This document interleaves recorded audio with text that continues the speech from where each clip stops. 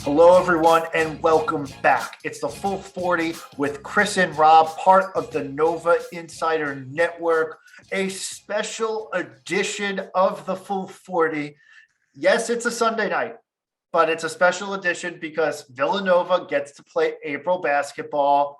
Before we get any further into this, Rob, what are you drinking? This is crazy. I can't believe we're about to embark on this journey yet again. I'm absolutely thrilled.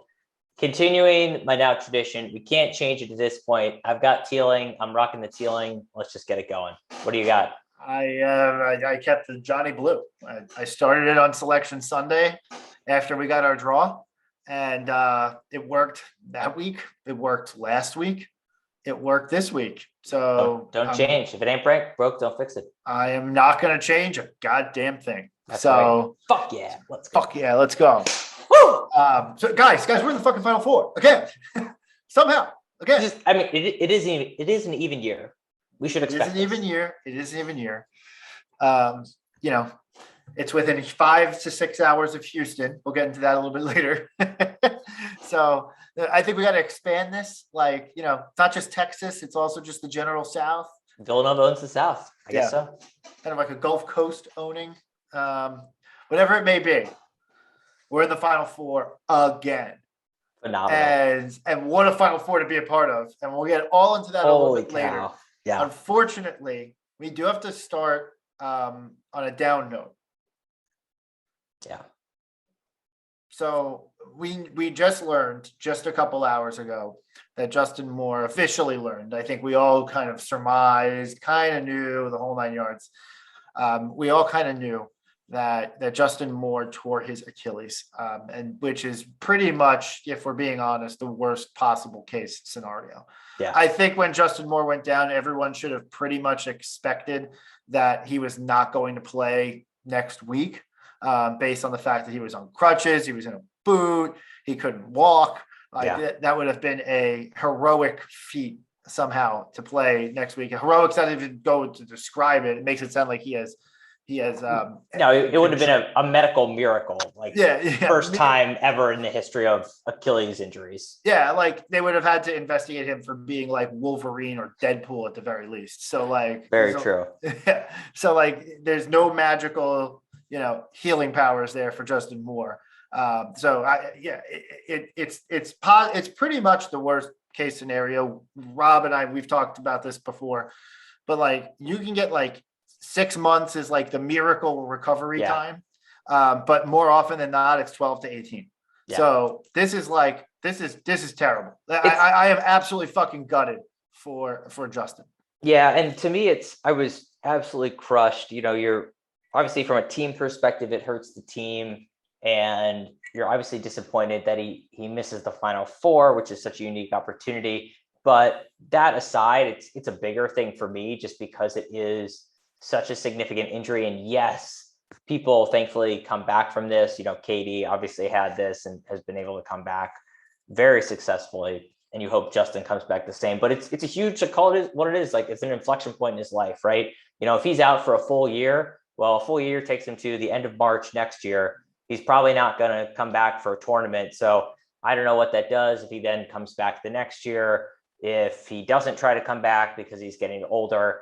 But any way you cut it, this is a huge point in his life. And obviously we don't want to be too much of a downer on this podcast because there's a ton of great stuff to celebrate, and we want to celebrate the whole team's efforts. But that to me was just, I was at the bar last night after the game. I was so pumped up, but I was just genuinely really, really disappointed for him. A guy who's put in so much work and is obviously just such a program guy. It really just sucks to see that.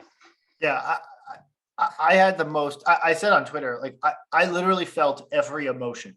I can't recall a time that was I feel every emotion in the book that I did last night, because he goes down and I'm just like a mess. Yeah. At the same time, we're about to go to the Final Four, which has only happened 7 times in our school's 100 and so year history.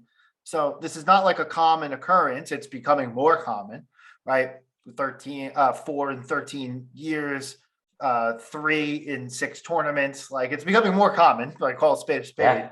But this is the thing that's crazy. Like this is like not a lot of schools get to experience this. Like, and we've experienced it a lot recently.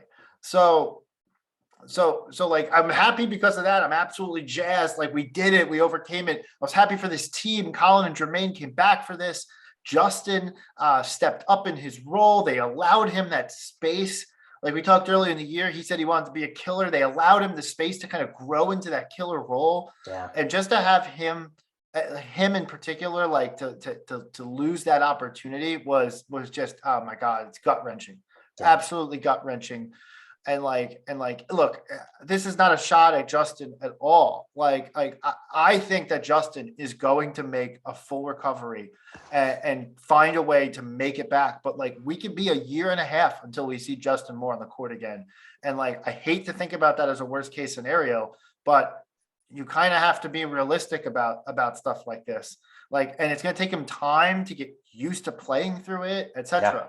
Yeah. If there is a guy who I trust, and if there's a program I trust to guide him through this recovery process, it's Justin Moore and it's Villanova. Totally. And so I'm going to look at them. I'm going to spin this a little positively for just a second, because this is going to be in a year and a half when we write the next chapter in this story, so to speak, from like a fan perspective, because he's going to have a lot of chapters in the next 18 months.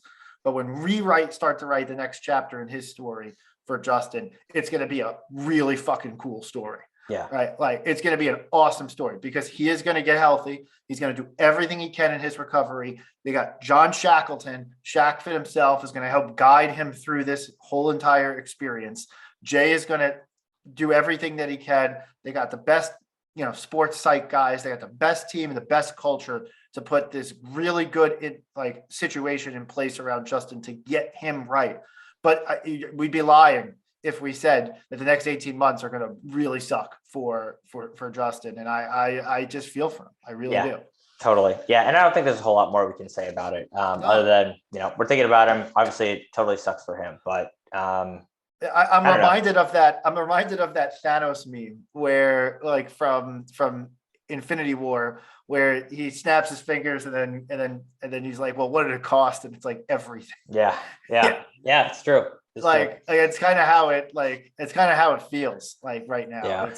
It's like when we won the Final Four, we won the Elite Eight game and made the Final Four, we're hosting the trophy, cutting down the nets, and my mind's spinning. I can't remember a time where I had that like tomato soup for brains after watching a Villanova game that we won. Yeah, absolutely. So, it's crazy, but I think that's all we can. I don't want to spend too much time. Yeah, and we don't have a lot of additional information anyway. So yeah, we don't know how long it's going to take. We know he's going for surgery this week. We know he's not going to be with the team down in New Orleans because of the surgery and the recovery from it. So that's good. It's getting treated quickly. It got diagnosed quickly. Everything's gonna happen fast for the time being before the recovery period takes its course. Yeah. But that being said, before we go any further, this podcast is brought to you by Home Field, and Home Field is the provider of vintage gear, the good brand, based in Indianapolis. The brand has brought a 14-piece Villanova collection to the market. I am wearing currently right now. I love this shirt. And I know, Rob, I know you love this design too. I love that one too. The dinosaur letter Villanova. It's a blue shirt with white lettering. This is like the Kerry Kittles era. And I wore it personally because this reminds me of Kerry Kittles. Guess where Kerry Kittles is from? New Orleans. Okay, so there you go. That's why I got it on. Home Field has a little something of everything for everybody. I've been wearing them all tournament. I've been wearing them all Big East tournament. It's brought us excellent fortune. And so you got to check it out. If you're a first-time customer, use the code FULL40 to get 15% at checkout. And check out their Twitter page because they're a great Twitter handle, in addition to everything else. I'd be interested to see. They've been putting out new deals, new designs, new shirts for everybody. Just keep a lookout. I'm not making any promises because I don't know, but just keep a lookout at Home Field Apparel. Check it out. It's awesome. All right. We've gotten the Justin Moore talk out of the way. We've talked about Home Field, who's awesome. Now it's time to celebrate. Let's have some fun. Let's have some fucking fun, guys. We're going to the fucking Final Four. Absolutely. Again. My gosh. And I want to start here.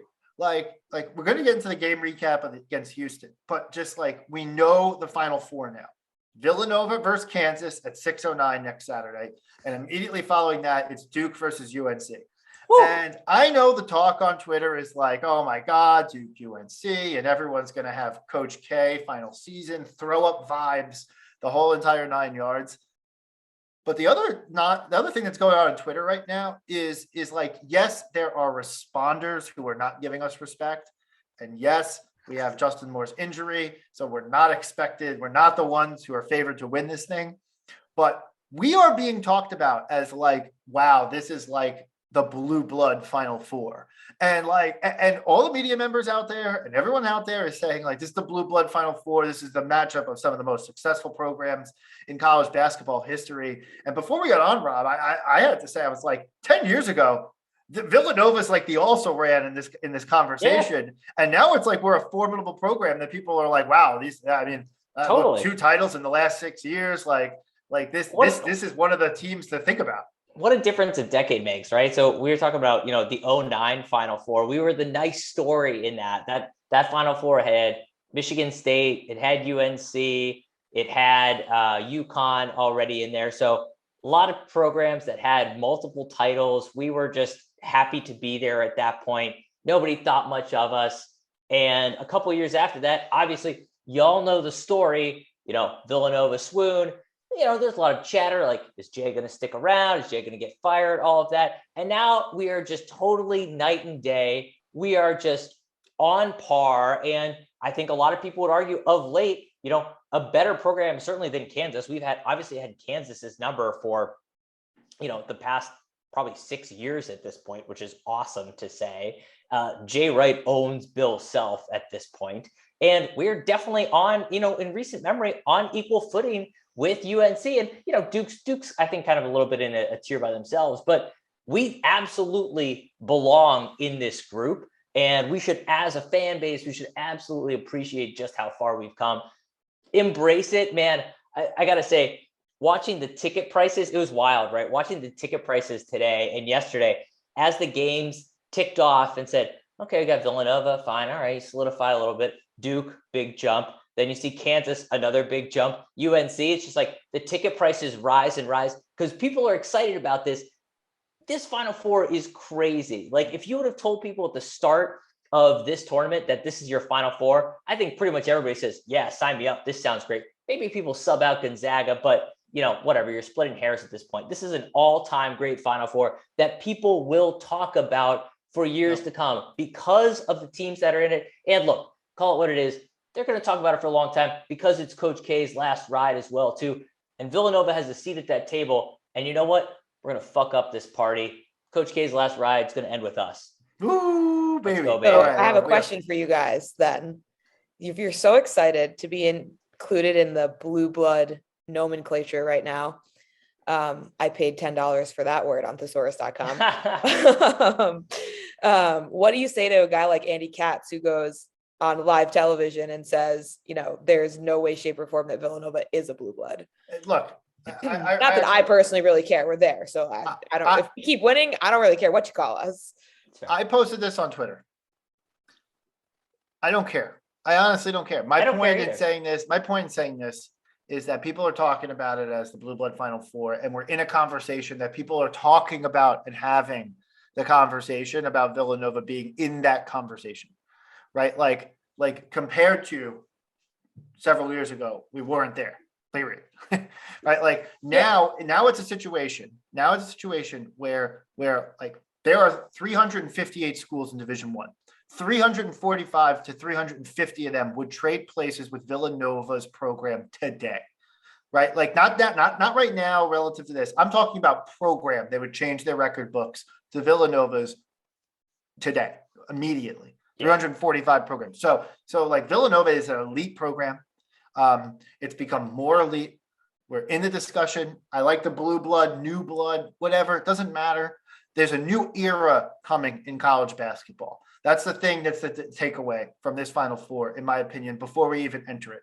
Coach K is retiring. John Shire's got a lot of work to do. Hubert Davis, yeah, he took UNC to a Final Four in his second year. Like, that's pretty impressive. First year, sorry. In his first year. That's pretty damn impressive, right? Like, Bill Self is going to be a part of this conversation for a while. But these coaches are starting to get older. Boeheim's aging out. Bill Self's aging out. Kay's aging out. Not Bill Self. Tom Izzo's aging out.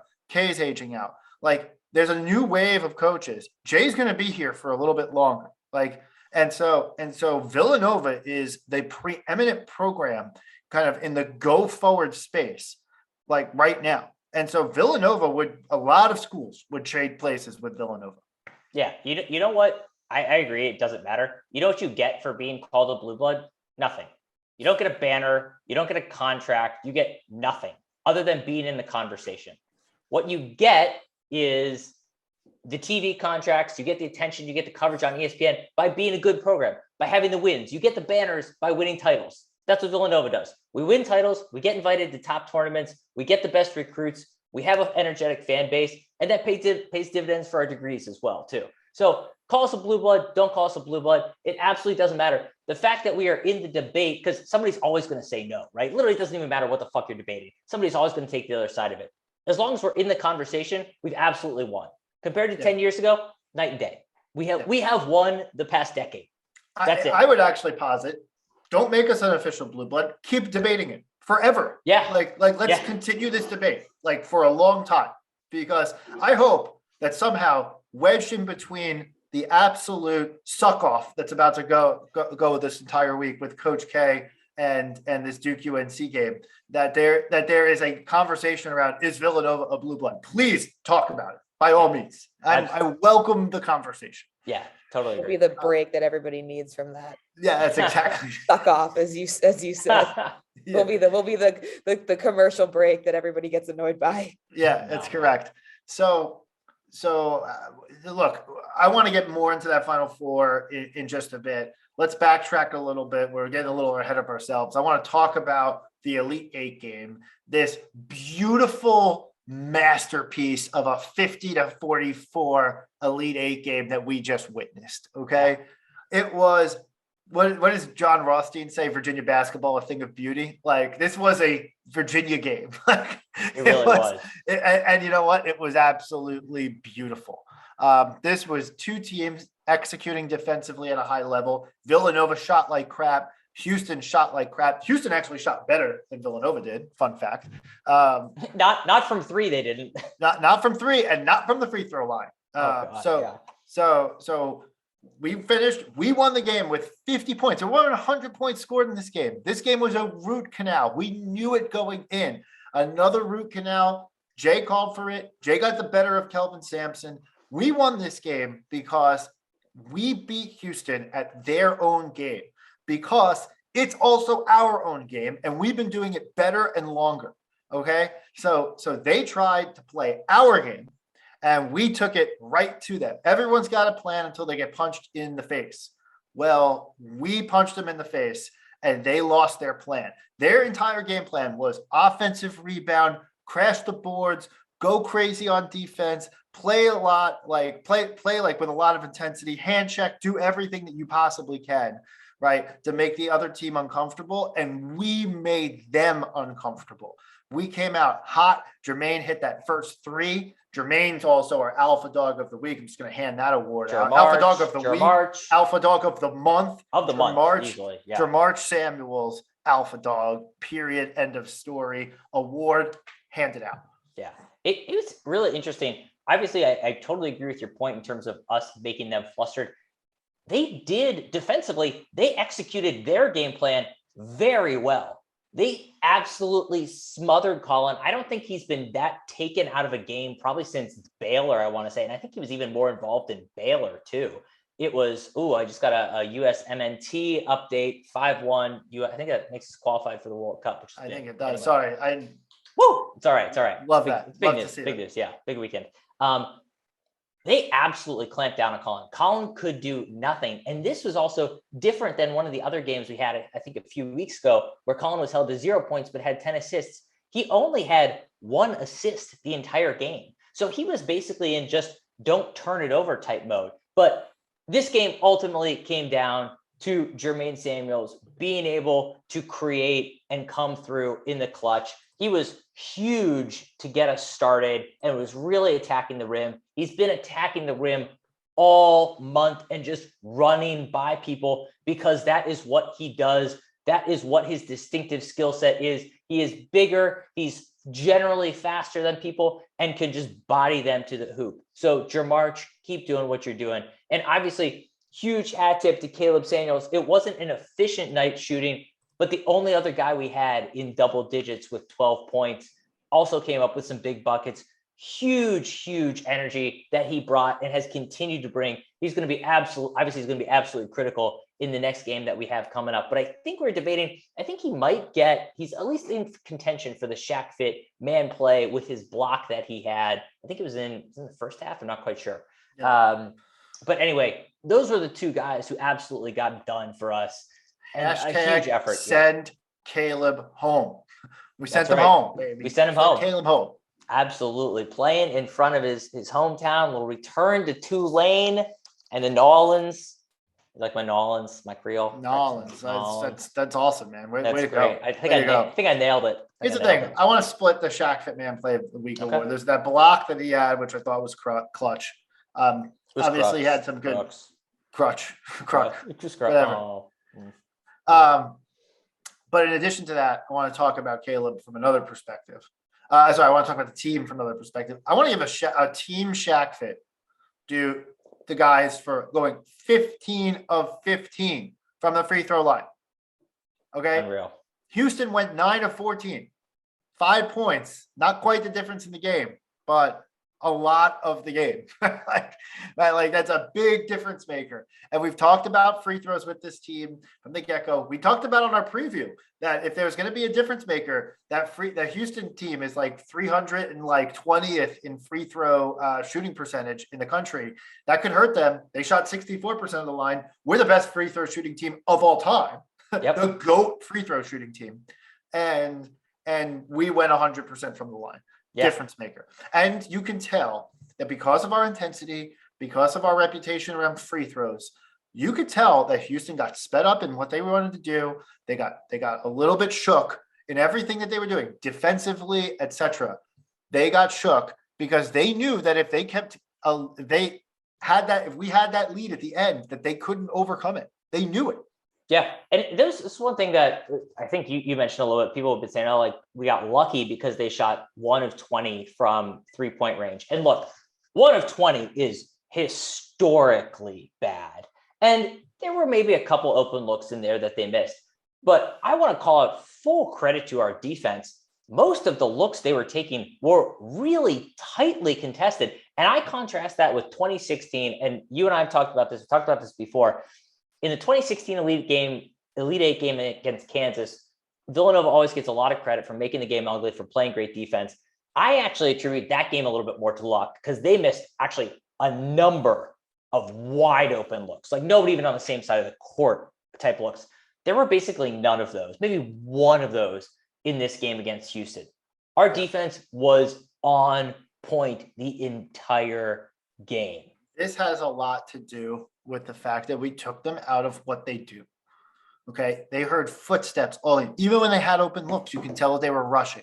They felt us. They felt our presence. They knew that we were there. They were nervous that they were going to get blocked. They were nervous that they were going to make the wrong play.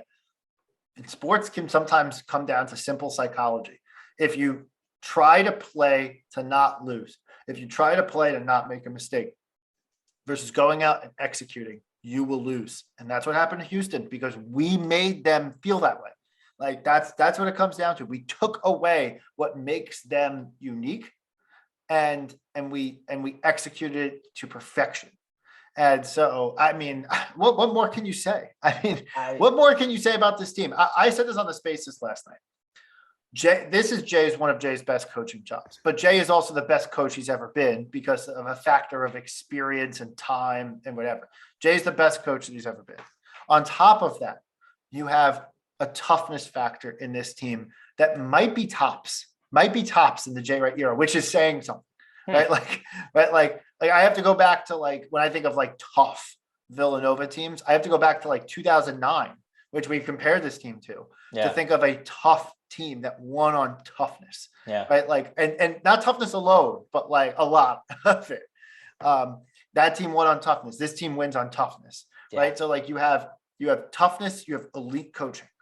And then a third factor is game plan discipline. I've been making this point all tournament. I've been watching a ton of these games, and you see teams get undisciplined with their game plan. Not Villanova. Other teams get undisciplined with their game plan to a particular game. You saw it today in the Miami-Kansas game. Miami executed their game plan to perfection. Kansas came out, punched them in the mouth, and all of a sudden Miami could not hold on to their game plan. It did not have the discipline to hold on to their game plan, and Kansas ran away with it like it wasn't even close.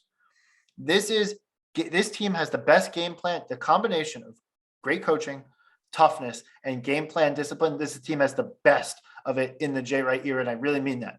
And like this is not me saying this is the best team in the Jay Wright era. This is not me saying this is the third best team in the Jay Wright. I don't know. I'm not going to sit here and debate that right now. We got to wait until they finish. But my point is that those three factors, this is the strongest I've seen of those three factors combined in any given Villanova team. I love it. Last quick note. I just want to loud over it again on the game recap. Just appreciate what Jermaine's doing right now. He's playing easily the best, most consistent basketball we have seen him play in his entire career at Villanova, bar none. That has been I would say the talk track we've had on Jermaine for years has been, if he can get consistent and perform consistently, the ceiling on this team gets so much higher. And the consistency you're seeing right now is exactly what you're talking about. And the ceiling that you're seeing this team hit right now is rising because of that. So we're finally seeing it. The timing couldn't be any better. So absolutely appreciate your march right now. 15-9 versus Delaware, 17-8 versus Ohio State, 22-7 versus Michigan, 16-10 versus Houston. Unbelievable. And I think he had one foul yesterday. I think he had no fouls the game before. And he's playing matched up against big guys and absolutely playing incredibly disciplined basketball. Huge hat tip. Unreal. He's shooting 50% from three during the tournament. He's Jenkinsing. It's awesome. He's Jenkinsing. It's great. So quick question then. If we've had Jermanuary and we've had Jermarch, what are we gonna, is it Jerp roll? I don't like it. I don't like it. Can we keep Jermarch? I just think we go with Jermarch. Let's keep going with Jermarch. It's just Jermarch until it doesn't become April Madness. So we're just gonna stick with it's just Jermarch. Yeah. Fair. Like we jokingly say let's April Nova after let's March Nova, but like everyone still says let's March Nova. Yeah. So we're gonna stick with Jermarch. It's Jermarch. All right, fair enough. Fair enough.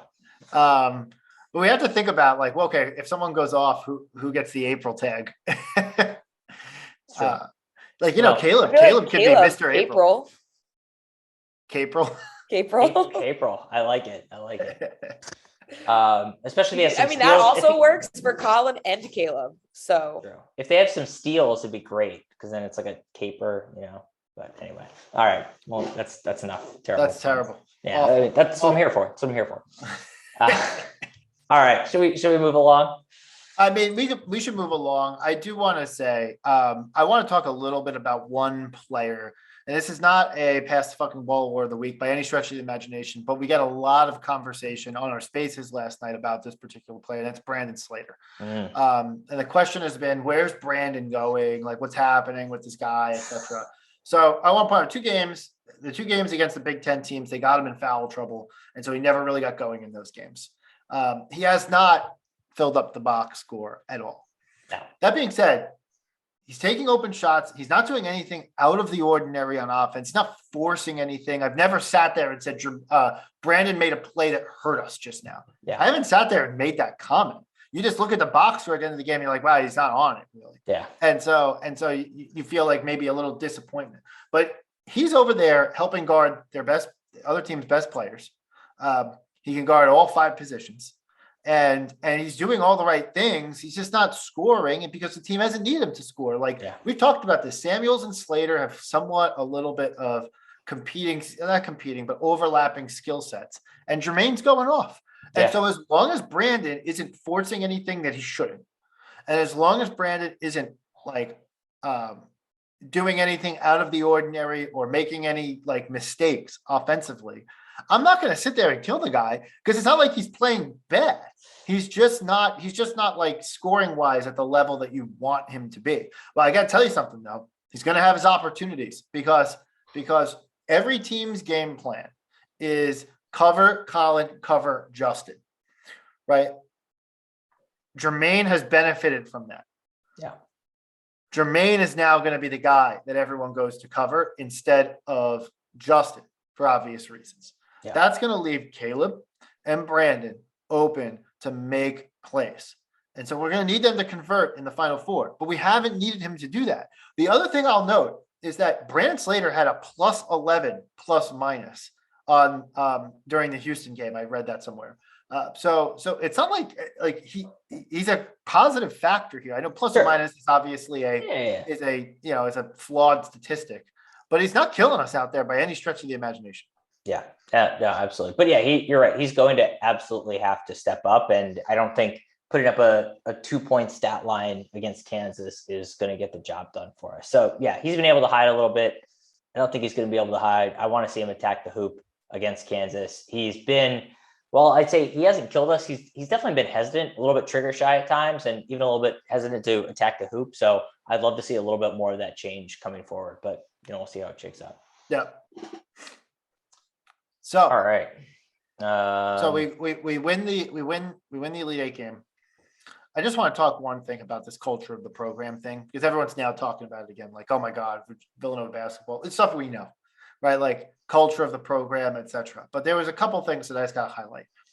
We win the game. Colin throws the ball in the air after we win the Elite Eight game, and he immediately and the entire team runs over to Justin Moore to console him. Like, that was an incredible moment. Like that was crazy. Colin in the aftermath gave this beautiful speech in the press conference about how he knows what it was like to be in that situation. He didn't want his teammate, his brother, to feel alone in that moment. Like, oh my God, like it was just like waterworks here, in North Jersey for me. Like I was like, wow, what an incredible leader. Like, it was just empathetic. He understood his position. He made sure that he consoled his teammate. It was leadership. It was empathy. It was it was class. He wanted Justin to know that he was everything about this team, and he's a big reason as to why they're there. The whole thing. I just loved that. Like, and maybe this is me being like, oh, we made a Final Four, so now I'm going to eat up all the sappy crap. Like, sure, I don't care.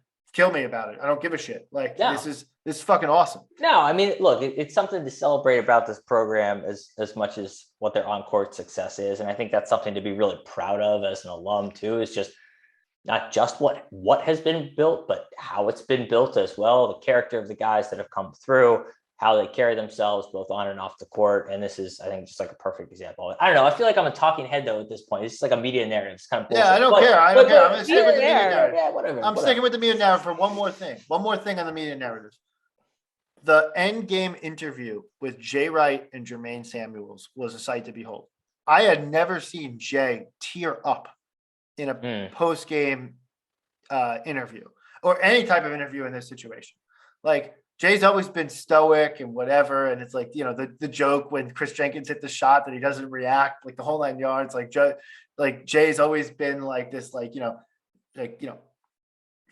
not terribly edgy guy. Like, he's kind of like just like a good vanilla. Dude. Yeah. He gets interviewed and they ask him, Allie LaForce asked him after the game. She was just like, what makes what makes this Final Four special. And he grabbed Jermaine and basically hugged him and said, these guys.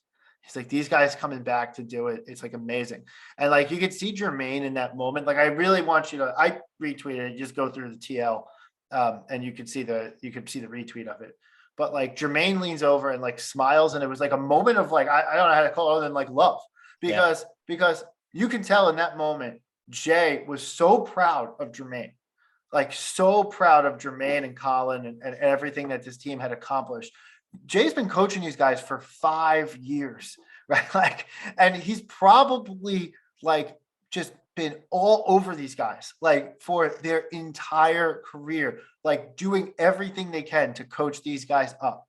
Well, it's pretty cool to see it come full circle, right? They're freshmen, they're bit players on a national championship team that goes down to Texas and wins a title. And now he's able to coach them and bring them back to their own Final Four and have them do it. Like, as you know, I'm not a parent, you're a parent, but like I would imagine as a parent, like literally seeing your effectively kids grow up like that and take that next step and take that leap on their own has got to be just so satisfying. It's like, you get it, like this worked and like we built this together. And that's fucking cool. That's like, so Nicole and I were talking yesterday, you know, we're going down to New Orleans. We'll talk about this a little bit later. You know, obviously we want to go see the guys and we want to win. And some people were like, oh, you know, are you still going to go? No, Justin's hurt, you know, maybe you don't have as good of a chance. And we're like, yeah, absolutely. Like, we want to go and we want to have a good time, but we also want to go out and support those guys and like show them that this university has their back. We're going to go down there. We're going to make some noise. We're going to show them that they care. Like, we know that they bust their ass every day and obviously we benefit from it, and they should know that we appreciate it. So I'm super jazzed for them, super excited for what Jay's built, and obviously like pumped to go down there and support them. Yeah. The other thing I'll say about it too was not only Jay's teary-eyed reaction, he got choked up in the moment. That was cool to watch. But the other side to the coin is Jermaine looked at his coach with a sense of like love. It was like in that moment, and I'm not saying it was right in that second, but like it was Jermaine showing that he genuinely appreciated probably all the tough love. Because, you know, we've had former players on the podcast, whether it's on the podcast or off of it offline. Everyone talked. Jay is hard on these guys. Yeah. Right. Like, and it fosters excellence, right? Like, because you need to, like, iron sharpens iron type of situation. But like you hear these guys talk sometimes and you're like, man, he's tough, man. He'll just ride you until you get it. And you could see that in that moment, Jermaine like understood. He's like, my coach did this because he loves me, right? Like, did it because he wants me to be a better person, better man, better player, etc. And it's all paying off. And like that cool moment, that exchange there was like really special. So really cool. All right. We got to move off the sappy shit. I want to move on to the fun shit. Should we talk about New Orleans? So we're going to New Orleans, baby. Bourbon Street. Wait. What? Before we go, let's do our other ad read. Go ahead. All right. So in addition to Home Field, this episode is also brought to you by the Roundhouse Band. So the Roundhouse Band is, I can't say enough about them. Chris and I have raved about them on some of our previous podcasts as well. Amazing, energetic 9-piece band. Doesn't matter what the occasion is, wedding, corporate event, fundraiser, special occasion, they have got you covered. Unique blend of sounds customized for your guests. They know everything that you want to hear, whether it's the old classics, whether it's the hits from today. You tell them what you want to hear, they will absolutely get it done. And I'll tell you what, they can get everybody out on the dance floor. The events we've been to with them, you've got the old folks, you've got the young kids, like everybody's there, everybody's having a blast. So they absolutely get it done. So look, whenever you're ready to create some timeless memories, no matter the occasion, the Roundhouse Band is absolutely your answer in the tri-state area. Pennsylvania, New York, New Jersey, they have got you covered. So for more information, visit them at roundhouseband.net. That's roundhouseband.net. And when you reach out to them, you can actually get a 10% discount when you mention that you heard about them on the Full 40. So again, Roundhouse Band, no matter the event, they have got you covered. You've got to check it out. So I'll just add on to the end of that we've talked about this on prior episodes, but having seen them perform live, these guys are legit. Yeah. I'm wondering, are they going to go to New Orleans Jazz Fest? I don't know. I think can we get Roundhouse at New Orleans Jazz Fest? Maybe stretching a little bit on the Jazz, but might be a little bit of a stretch. Might be a little bit of a stretch. But if you want to have a wedding, you want to have anything else, there's your go-to.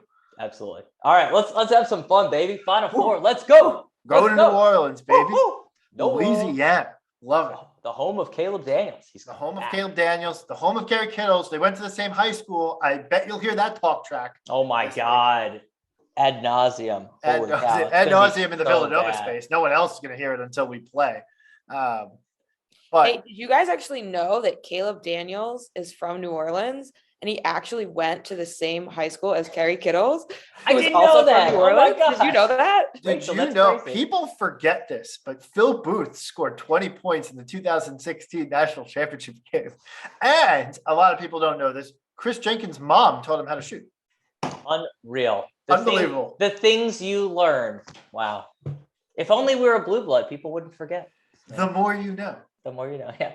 Star. Beautiful. NOLA. Chris, what do you know about NOLA? The French Quarter, Bourbon Street, beignets. That's about all I know about it. It's weird. This is a city that I haven't been to. And like, Rob, you and I have been to a lot of places for bachelor parties and whatever. Been to Nashville, been to Vegas. We've been to Chicago. We've been to like a bunch of places between Villanova. We've traveled to Kansas City. We've traveled to Houston. We traveled to San Antonio. Spent a hot minute in Austin there for a second. We've been places, and yet New Orleans hasn't come up. It's funny. I will admit I haven't been all that jazzed to go to New Orleans. Hey, get out. I'm here all Rachel, week. you and I are doing the rest of the podcast. I haven't been all that jazzed to go to New Orleans for whatever reason, which is funny because I do have a number of friends actually who are from New Orleans, who went to school in New Orleans and raved about it. So this is obviously the perfect excuse to go to New Orleans. So I don't know a whole lot more about it other than the few things that you mentioned. I was trying to look up some fun facts about it. Obviously, Mardi Gras, first Mardi Gras celebration held in the 1800s. Masks are mandatory on Mardi Gras floats. I'm not going to give you fun facts. I was going to try, but they're actually not that fun at this list I was looking at. So anyway, we can move along. New Orleans, what I will say, this is what I have already learned about New Orleans. It seems that they have about the same number of flights flying into and out of New Orleans as they do as into and out of San Antonio. If you've been trying to book flights or trying to book hotels, you know how much they have filled up in the past few days.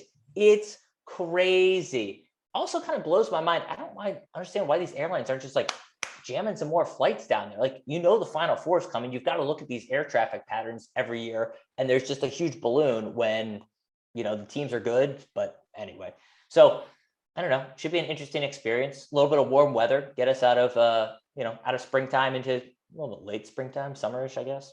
We'll see how it is. But anyway, we're going to be there. Yes. I just figured this out, but I apparently am going. Yeah, it's very exciting. It's been a hard road to figure this all out. I mean, candidly, with the 8-month-old by the time I get home, and I got a lot of work to do this week to make it up.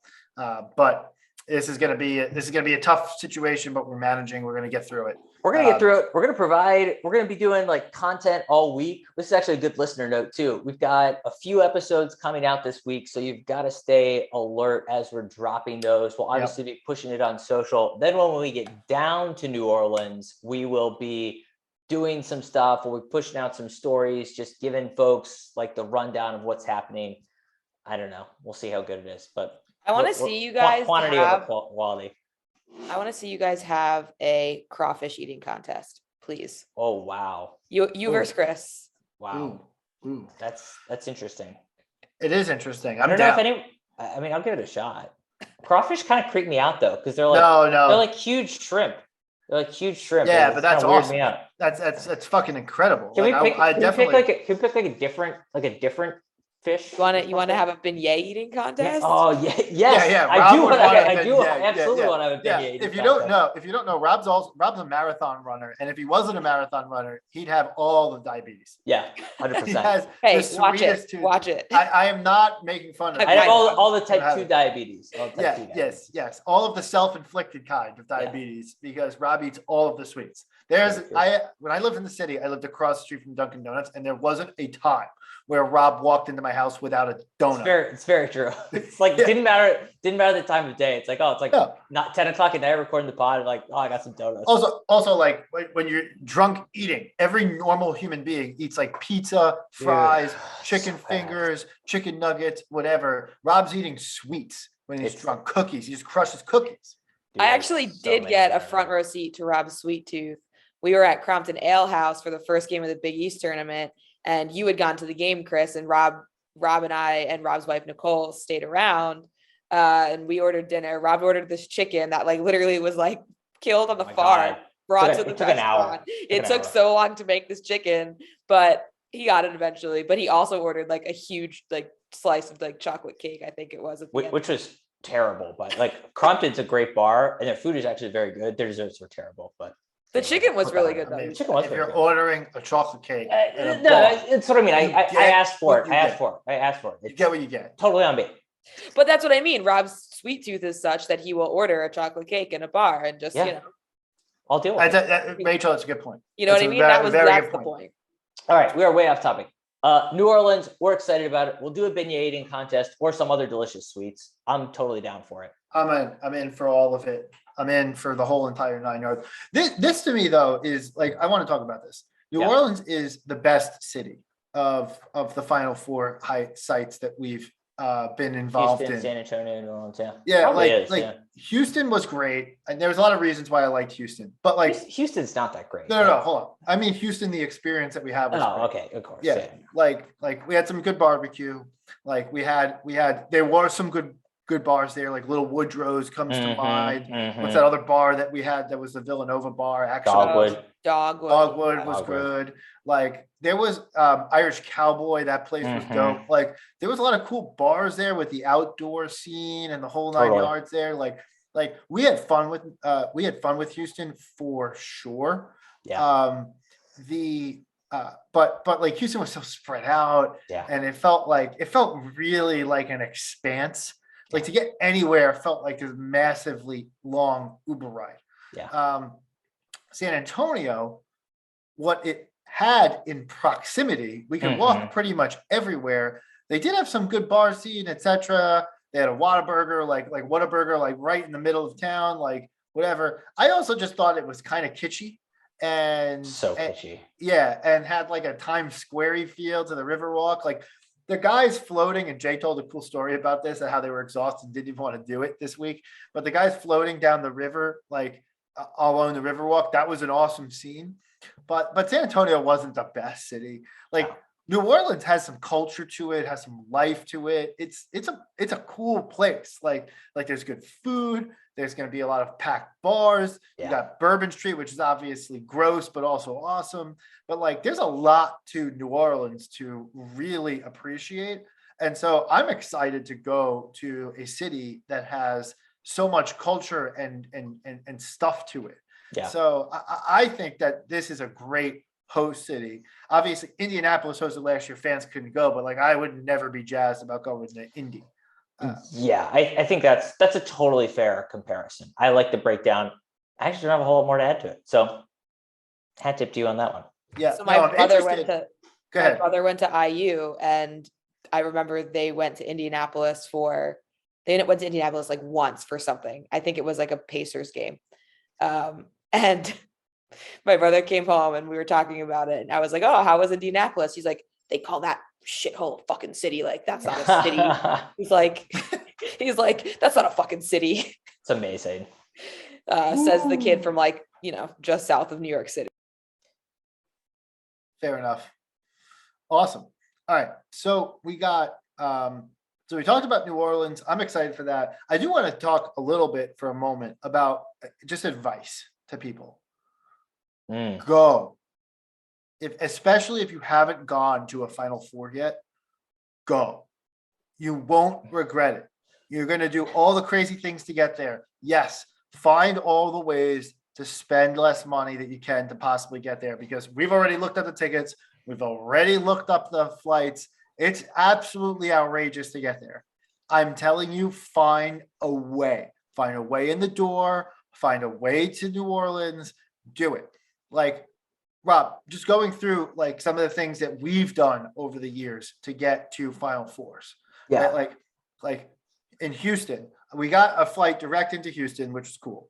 Yeah. But then on the way home, but we also had to fly in like Thursday morning. Like it was crazy. Yeah. Oh yeah. But on the way home, at like hungover as possible. Like I got on like a 7 a.m. megabus, right? That took us from Houston to Austin. I thought I was going to die on that bus. Dude. Just to fly home from Austin. We had like 2-3 hours in Austin, got an awesome burrito on the University of Texas campus, then took an Uber to the airport and flew home. That was crazy. I did 16, my flight. Oh my gosh, that's when I was like, that was in the mode where I was really trying to kill it at work and I was in consulting. And I remember my flight out to Boston was Tuesday morning at, I think it was like 6:30 a.m. I slept maybe 45 minutes because we were obviously out partying, closed down stuff at, I don't know, whatever time it was, like 2 or 3, probably went back to my hotel room for a half hour, just like threw my shit in a suitcase and went to the airport. Was zero productive that day, but it was absolutely worth it. And then San Antonio, because San Antonio was also a small city like New Orleans, we had, this was crazy how we got there. Yeah. We flew into Houston. Yeah. Drove from Houston to San Antonio. Yeah. Which was like a 3-hour, 4-hour drive. Yeah, it was like 4-hour drive. Yeah. Right. Then we had to drive from Houston. From San Antonio to Dallas. Which was like a 5-hour drive. It was so long. We listened to like 8 podcasts on that ride. That was when we stopped at, was it Buc-ee's or whatever? No, we stopped at Buc-ee's, which was the place Buc-ee's was awesome. Really cool. Buc-ee's, that place is fucking dope. I love it. Is that just in Texas? I wonder if they have it in New York. Yeah, that's a Texas thing. That's a Texas thing. When we stopped in Buc-ee's, we go home from Dallas. That was crazy. Yeah. And this time it's looking like I'm flying into Houston again. I haven't booked the flight yet, but good vibes, baby. Good vibes. Thursday night, maybe we'll see. Thursday early. It doesn't matter. I got to find a way to work all day. But flying into Houston, mega busing over, maybe doing that. Like there's some cheap ways to get there. I just looked at Newark, right? So Newark is a pretty good spot from Philly, from Philly or from New York. Like you get to Newark, Connecticut, wherever you're coming from the Nova Nation, Newark's not a bad place to fly from. I'm getting to Houston for like $100, which is crazy. Because to get into New Orleans, I don't even think there's a direct flight there anymore. There may not be at this point. Yeah. Like, I mean, like also just $100 to travel that distance is crazy. You should just do that just because you can. To me. I'm going to do that, and then I'm going to fly home, and then fly to New Orleans. What are you doing? So I'm just going to Houston as a cheap flight. Wow. Yeah. I gotta get some barbecue. It's like it's cheaper than the Uber. I was going to go to the Upper East Side. Just enjoying the friendly skies. What's so bad about that? I was going to take an Uber to your place, Rob, but I'll just go to Houston instead. It's okay. So I mean, look, there's ways to get there. Figure it out. You got Houston, you got Memphis, you got Atlanta, you got Jacksonville, you got Tallahassee, you got Mobile. You have cities in the region, Baton Rouge, whatever it may be. You have cities in the region. Find a way to get in the area. Drive the rest of the way. Whatever you guys got to do a road trip. If you're a student, do a road trip. Rob, you road tripped to Detroit in the 2009 Final Four. Way back when. Yeah. That was a little stopover in Pittsburgh, the old parents' house. That was a fun one. But do you regret a moment of doing it? Absolutely not. Yeah. Of course not. No. So, and Rachel, you've had an experience at the Final Four. Oh, yeah. So I was a senior in 2016. And the nice thing was, and we got confirmation on the Twitter Spaces the other night last night that they still do, in fact, do this so the NCAA reserves an allotment of tickets for students, for the schools to like give to their students, and they're $40. So, and if you win the Final Four game, you get automatically sent like via email your ticket for the championship game at 0 extra cost. So you actually end up paying $20 for a Final Four game and $20 for a championship game, which is insane value. Like, come on, it's incredible value. So good. So if you're a student and you are able in your lottery score, because that's what it was based on, in your lottery score, and you get that email saying like you're in the top lottery scores, and like you will get an email before. This has probably already happened at this point too, now that I'm thinking about it. But buy that ticket, just buy it, because that's what I did. That's how this whole thing started. Was I bought the $40 ticket. My mom was like, it's $40. You're not going to waste that much money if you can't end up getting there. Like, it's only $40. So we did that. And then I was supposed to, we were driving ourselves crazy, looking at all kinds of flights. I was supposed to go apartment hunting because I was really close to getting a job in DC, like for after graduation. And so I actually was down in DC, and I was like, well, why don't I just fly out from BWI? Because nobody was really flying out from BWI. It was Syracuse, like Syracuse and Villanova were a little too far north. And then UNC was a little too far south. So I felt like it was like kind of a forgotten, got a decently priced flight. I think my mom also had some expiring air miles that she needed to use, which helped. Right. So I flew into Houston, got a direct flight. But I flew in like super late. Like I got there at like, I don't know, like midnight. And a friend of mine arranged for his cousin to like pick me up at the airport. Super sketch, right? Like I've never met this person. So this guy like picks me up at the airport. He lets me stay in his apartment for like the one night. I actually had Quiznos, which I hadn't had in forever. I forgot. Oh, that still existed? Well, that's what I said. I got food poisoning that night. So maybe if you see a Quiznos and you're like, whoa, this still exists, don't eat there. But I got food poisoning that night in this random dude's apartment. So that was also fantastic. Sorry, I'm dying right now because I'm thinking of the scene from 21 Jump Street where she's like, oh, let's have a pop Quiznos. Sorry, that's an obscure reference, but I'm just like, I'm laughing. Good, yeah. No, it's a good reference. That's a great movie. So then the next night my friends flew in. So we had gotten an Airbnb. We stayed, there were like 4 or 5 of us, I think. This guy clearly had put like a mattress in an extra room in his house and then listed it on Airbnb at an exorbitant That's so rate. terrible. And there were 4 or 5 of us. I'll never forget this, like horizontal on this one mattress, because it was like a hardwood floor. Like where else were we gonna like lay? God. And there was no like couch or anything. So it was just, and like we kind of like threw a blanket like this is so terrible. But we were 20 and we didn't really give a shit, like we were just, and then we went and we had a great time. I mean, Houston was a fun city because there was barbecue and, there was a lot to do between the games. As students, we like lined up and we were for the championship game, like we got there super early. So we were in that line, like in the Fan Fest area for like 10 hours probably. Like we got there like as early as they would let us stand there. Like we got there and we were like, I was like in the front row and like on the side that Chris Jenkins like hit the buzzer beater. So on. Good. So amazing. The budget, 100% worth it.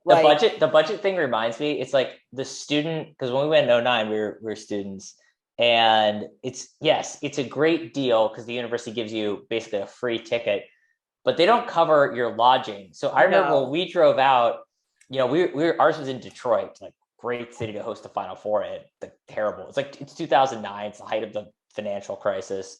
2009. Gonna get a cheap room at a closed down warehouse. It was a Best Western. It was absolute trash. We walked in there. I think we still paid a couple $100 a night for it because like the rates were just crazy.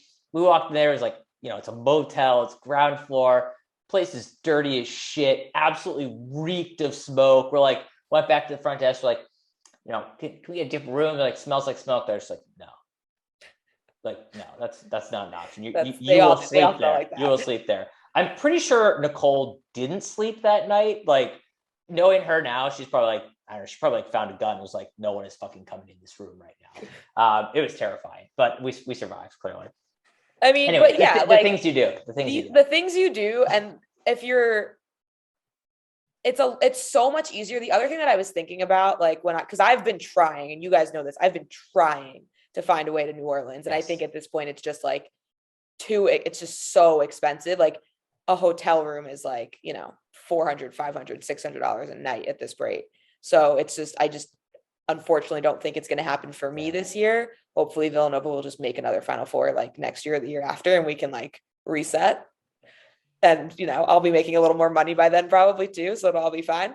But you will never have like the luxury of basically having nothing else to do, right? Like when you're in college, like, yeah, you go to classes. Yes. You might be busy, but like at the end of the day, like your time is yours and yours alone. And you can really decide like how you want to spend that. And you will not regret making the trip. Like Chris has said this on the Spaces last night, you can rent a bus. Like if you get 15, 20 people, if you're in a frat, you're in a sorority, you're in a club, you can rent a bus, you can charter a bus, like, and split between a bunch of people. It's not that expensive. You have more agency than you realize. Yeah. Exactly. Like you can make it happen. Like I think my year was the year a bunch of guys rented an RV and they drove an RV down. I love that. Like it's, and the best part is like, it might suck for like the 6 hours or 7 hours or whatever, like you endure it for. But by the time you get there, you're just so happy to be there and just so excited. And I feel like after this, like the shitty, like COVID years that we've had the past 2 years, like just go. Like if you can go, just go. Like you 100%, 1000%, I guarantee you on your deathbed, will probably think about it and go, wow, I'm so glad I did that. Yeah. Go and butter up an alum. They will absolutely pay for your drinks. Maybe even your flight if you catch. We got a game to play. We got a game to play, don't we? I guess we do. Should we talk a little bit about the game? Yeah. So we know the overcard, if you will, the nightcap will be Duke UNC, and everyone's going to talk about that all week. That's why the full 40 exists, ladies and gentlemen, to talk about Villanova and Kansas, that classic scrappy underdog game. That's right. That no one's talking about between, I don't know, schools that have won 6+ national championships, the winningest program of all time in Kansas, the winningest program of the last 6 years, or basically like top 3 in that regard. Like, you know, just that game just happens to be the undercard. And what other scenario would that be? The worst game of the two that they put it in the non-primetime slot. But here we are. Crazy. So you have the two private schools in Duke and Villanova, who are probably the best private school programs in the country. And then so Rob, you were talking about pricing before, right? Like you had those two set last night, just to be followed by arguably two schools, minus Kentucky, two of the top 3 with the biggest fan bases in the country, period. Yeah. Like on top of that, and all of the success that these schools have won 9 of the last 21 championships. Like crazy. Insanity, right? They won 9 of the last 21. And now it's going to be 10 of 22. It's not bad. So not bad. You add all of that together and you have a Final Four for the ages. Yeah. And we're a part of it. We get to play Kansas, the Kansas Jayhawks, familiar foe. We saw them in 2016 in the Elite Eight. We saw them in 2018 in the Final Four. We won both times. In the intervening years, we lost. Played them in 18-19, played them in 19-20. Yep, we lost them at Allen Fieldhouse. We returned the favor. Jermaine, big game Jermaine was born. He had a buzzer beater, not a buzzer beater, sorry, an end of game. There's like 2 seconds left. Ahead. Yeah, 3-pointer to go ahead. And we won that game versus number 1 Kansas at the time. So we're, to my knowledge, 3-1 in the last 6-7 years versus Kansas. I think I got all the games there. I think so. I think that's right. And so here we are. We meet again, a familiar foe. No, you forgot Battle for Atlantis.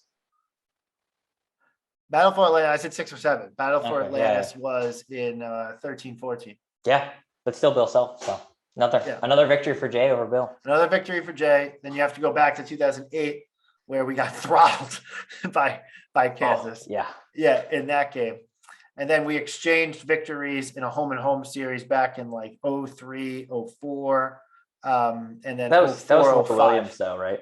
What? Is that Roy Williams then? Yeah, that was the Roy Williams era. Yeah, that's right. But anyway, so point being, long recent history with Kansas, which you wouldn't necessarily expect, but here we are. There's a real kind of rivalry. I would imagine Kansas fans feel it. We as Villanova fans may not feel it because we've just kind of been smoking them in the games that matter. Oh no, I think Villanova fans feel like there's a rivalry here brewing. I agree. I think so. Yeah, I mean, I like to think, but we also smoke them. It's kind of like the St. Joe's rivalry. Like, oh yeah, it's a rivalry. It's cool. We just crush you all the time. It's no big deal. I love it. I love it. Kansas fans are probably like, "Fuck you, we're the winningest program ever." I'm like, yeah, what have you done for me lately? Sorry. I love it. So KU, we got to play the Jayhawks, and this is a loaded team. They're the last number 1 seed standing in the tournament. They're the best team left on KenPom. KenPom has us as 1-point dogs to Kansas, though that does factor in no Justin Moore injury. So now we know we got a Justin Moore injury. Yeah. So I'm interested. I think the line will probably end up being like 3, 4, 5 in that range without Moore. But it's going to be hard to handicap this game. Yeah. Without Moore, you don't know how this is all going to shake out. Supposed to be this is interesting because Kansas plays a little bit different than they have in years past. In years past, we used to be able to kind of slog it out with them. And the 18 game is a little bit of a different story because our team was just so like otherworldly elite that we played at a faster tempo than we do now. But most of the games that we play versus Kansas are like root canal slog, like rock fights. But this Kansas team wants to get up and down the court. And so they are the 61st fastest team in the country. And if you watched their game versus Miami today, Providence slowed them down. Creighton kind of slowed them down. But if you watched their game today versus Miami was able to slow them down, spurt at times when it was advantageous to them. Because Miami also doesn't love playing totally slow. But they were able to spurt at times in the first half, and they came into the half with a 7-point lead. And then in the second half, Kansas sped them up. They got them going. Miami had no game plan discipline. And so Kansas steamrolled them in the second half because they started getting up and down the court, turning them over, etc. Kansas got a great offense. They got a great defense, and they play at a fast pace. This game, again, is going to be about, can Villanova slow KU down? We have the game plan discipline and the toughness to stick to our game plan. Walk it up the court slow, make time expire, make good possessions, don't have live ball turnovers. Can Villanova do all those little things to not let Kansas get out and run? If this team gets out in transition and runs, they have athletes for days, and they will run us off the court. If I'm being completely candid with you, they can run us off the court. They have that ability to do that. That's what they did to Miami. We're obviously a way better team than Miami, but we can't turn this into a track meet at all, let alone the Justin Moore injury. But now we have 5 players who play significant minutes who are going to all be on the court most of the game. Yeah, and I'm not all that concerned. I hear you. I'm not all that concerned about them being able to get out running. Jay's proven time and time again that he's able to dictate the pace. And while, yes, I understand the speed side of things, like that's not typically a Bill Self style. Who do you need to know on Kansas? They're 2 primary guys, Abaji and Christian Braun are Christian Brown. Whatever. It's spelled like Braun, but he calls call him, mispronounce his name. Sucks. Anyway, both first round, projected kind of first round, early second round draft picks for Brown. Obaji is supposed to be like a kind of top first round pick. So those are the primary guys. Obaji's been around for a while too. He's a senior, super athletic, so he can kind of do a bit of everything, right? He goes inside, he goes outside, he can shoot the 3. These guys do shoot the 3 pretty well. They don't shoot a lot of 3s though. So it doesn't concern me all that much net, but we'll see how it shakes out. I guess the big question mark in my mind is, how deep do we end up going, do you think? Obviously, Caleb slots into the starting lineup now, right? Caleb takes Justin's role. And so then it's a matter of, okay, how much run is Chris Arch and Brian Antoine getting? And I'm guessing here, I think we're all guessing at this point, but I'd imagine you're going to see far more Antoine than we've seen all tournament. But I still think Jay's going to try to run 5 players as much as he can. I got to be honest with you. When you come down to the final games of the World Series and you're in an elimination game, right? Like, you throw your closer for 3 innings out of nowhere. Yeah. You try and get as much out of your guys as possible, because if you don't win, you go home. Yeah. So you leave it all on the court. I gotta be honest with you, unless there's foul trouble or something like that, like these guys are gonna be ready to go, next man up. Like Arch's got to be ready. Totally. Antoine's got to be ready. Patterson or Dada or whatever, it's got to be ready to go to spell some foul trouble. But I think the 5 starters are going to play like 38 minutes. Like I think it's going to be. I think you're going to see a lot of minutes from these guys, and I think Jace is going to ride them. And I think these guys are going to say, "I don't care. Like I want to play everybody." Like, do you think Colin Gillespie's going to want to come out of this game? Do you think Jermaine Samuel's going to want to come out of this game? Like, Jay might force them to, but like these guys are going to leave it all on the court. You got 2 possible games remaining. Period. Like you play on Saturday, you win. You play on Monday, and then your whole career is over if you're Colin and Jermaine. Yeah, I don't think, for me, it's not a question necessarily about the energy level. I think it's just literally going to be about managing fouls at that point, just keeping people in the game. And like, although call what it is, like playing 40 minutes is a lot of fucking basketball. Like people are going to need a breather. So point being, I think you're going to see more than 2 minutes of Arch, is my point, right? Like that's just always played the past 2 games. I think, but I'm going to be honest with you, and this is going to be interesting to see. I don't think I'm going to send it over under 15 collective minutes between Arch and Brian Antoine. Over or under? What are you picking?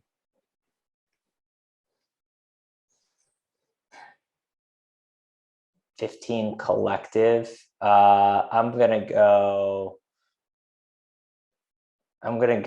slightly over. I think it's gonna be like 17. Okay.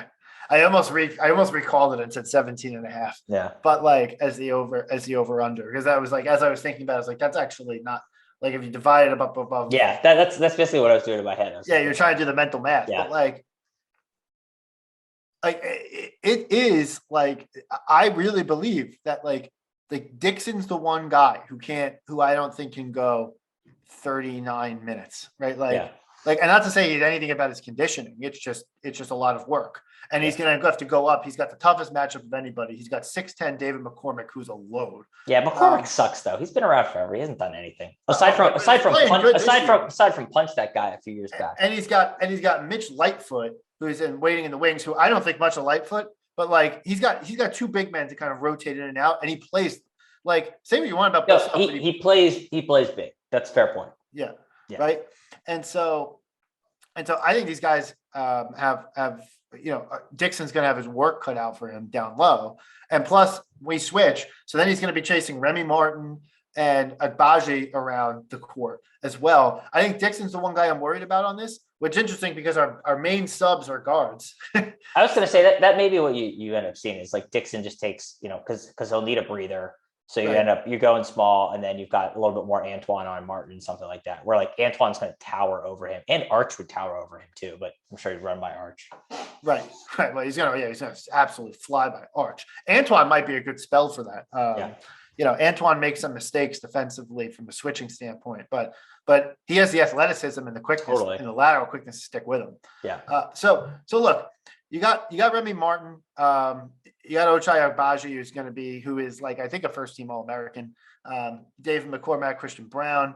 Then they have Jalen Coleman-Lands, who we know he used to play at DePaul, so that's a little fun fact there. He transferred out of DePaul. There was actually 2 DePaul transfers on the court today. You also had Charlie Moore. Charlie Moore. Who actually started his career at Kansas. Yes, started his career at Kansas. I forget where he went after that. He went Kansas, DePaul, Miami. No, I think there was a stop in between. No? Okay. Anyway, so crazy. But they go deep. They go about, let's see, 5. They go about 8, 9 deep. We're gonna go 5 to 7 deep. I'd be interested to see, does Jay spend 2 timeouts in the first half? Like almost like basically trying to add a little bit of breathers into the. I wonder how Jay's going to manage this time situation. It's just such an interesting situation. I can't recall a time. Like Villanova teams have never been deep, right? Yeah. But I can't recall a time where we've had like 5 guys. I know it's one of those times we've talked about this all year, right? We've talked about the depth, and it seems like we've been able to manage it. Now you're at the point you're like, it would have been great if Trey Patterson would have gotten a little bit of run, or it would have been great if Antoine would have gotten a little bit more run. Maybe we pain manage Jordan Longino's meniscus injury. Okay, so all right, so I'm not a doctor on this, so and I don't know the extent of the injury, but he had a torn meniscus. Torn meniscus obviously can vary a lot, but like you can very much play through a torn meniscus depending on the severity of it. That's one. I'll give him the benefit of the doubt. It must have been a situation where he's like, there is no way I can play through this. But that's one I'm like, oh, you did the surgery on Friday. Why wouldn't you just wait to do the surgery after the season? Because the recovery time for that is not long at all. Like, this is not a serious surgery for the most part. It is not an Achilles injury. This is arthroscopic surgery. It's got 6 to 8 week recovery time. You got the whole summer. I didn't quite understand that one there. I do wonder a little bit if they're like, "Ooh, kind of wish we had that one back," but whatever. Yeah, I mean, this reminds me a little bit of when we had just everybody had a broken hand. Yeah, we're back to broken hand land. Yeah, I know. This has been a star-crossed team to a certain degree. I do think Antoine's going to get a little bit more burn, just out of a pure athleticism play and a shooting play. But the other thing is that Moore hurts us, in my opinion, losing Moore as great of an offensive player as Justin Moore is. I'm not worried about scoring points because our game plan is to slow the game down and actually try and prevent points from being scored. So we're going to be a rock fighting with everybody. So I'm not too worried about it. What I'm worried about is executing on the defensive end.